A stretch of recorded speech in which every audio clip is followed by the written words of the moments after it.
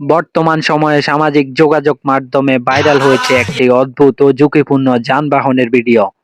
ভিডিওতে দেখা যাচ্ছে একটি ছোট প্রাইভেট কারের পেছনের চাকা খুলে সেখানে বসানো হয়েছে বিশাল একটি লোহার ড্রাম বা রোলার, যা সাধারণত রাস্তা নির্মাণের কাজে ব্যবহার করা হয়। স্থানীয় গ্রামীণ রাস্তায় এই গাড়িটি চলাচল করতে দেখা গেছে। গাড়িটির চালক নিশ্চিন্তে গাড়ি চালালেও এই ধরনের পরিবর্তিত যানবাহন যে মারাত্মক দুর্ঘটনার কারণ হতে পারে সে বিষয়ে উদ্বেগ জানিয়েছেন এলাকাবাসী। সরকারি আইন অনুযায়ী এভাবে গাড়ির কাঠামো পরিবর্তন করা সম্পূর্ণ বেআইনি এবং এটি যাত্রী ও পথচারী উভয়ের জন্য চরম ঝুঁকিপূর্ণ।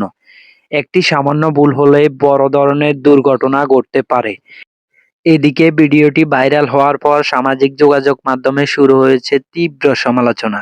কেউ এটিকে অদ্ভুত আবিষ্কার বলছেন, আবার কেউ বলছেন এটা নিছক জীবন নিয়ে খেলার একটি পাত্র। বিষয়টা দেখতে ফানি লাগলেও কিন্তু এটা অনেক বিপজ্জনক হতে পারে। আপনারা কি মনে করেন? কমেন্টে জানান।